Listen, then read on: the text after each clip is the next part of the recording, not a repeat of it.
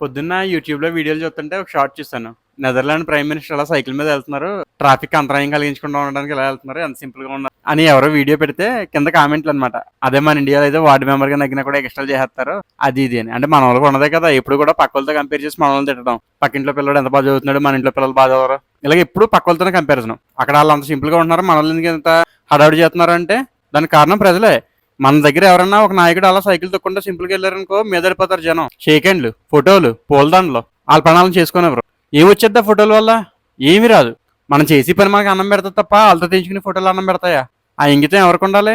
జనాలకుండాలి. అది వదిలేసి నాయకులను తప్పు పట్టడం ఎందుకు? ఎవరన్నా ఒక ఫిల్మ్ యాక్టర్స్ గాని, ఫిల్మ్ యాక్టర్ గాని ఒక షాపింగ్ మాల్ ఓపెన్ చేయడానికి వచ్చారంటే జనం పొలమని మీదడిపోతారు. మీదడిపోతే ఎవరికన్నా చిరాకొత్తది. ఎనక్కి తోస్తే గెంటేసాడంటారు. షేక్ హ్యాండ్ ఇవ్వకపోతే ఇవ్వలేదంటారు. ఎందుకివ్వాలి? అసలు మీ పని మానేసుకుని మీరెందుకు కూడా తిరగాలి? అది ఆలోచించరు. నాయకుడి దగ్గరికి వెళ్తున్నామంటే అయ్యా మాకు రోడ్డు సమస్య ఉంది, డ్రైనేజీ సమస్య ఉంది అని అడగడానికి వెళ్ళే వాళ్ళు కంటే అయ్యా మా మేనల్లుడికి ఉద్యోగం వేయించండి లేకపోతే మా ఇది ఉంది అని వాళ్ళతో కౌరులు చెప్పడానికి షేక్ హ్యాండ్ ఇచ్చి ఫోటోలు తీయించడానికి వెళ్ళే వాళ్ళు ఎక్కువ మంది ఉంటారు. దీనివల్ల నిజంగా సమస్య ఉన్నవాడు ఆ సమస్యను ఆయన దగ్గరికి తీసుకెళ్ళాడు.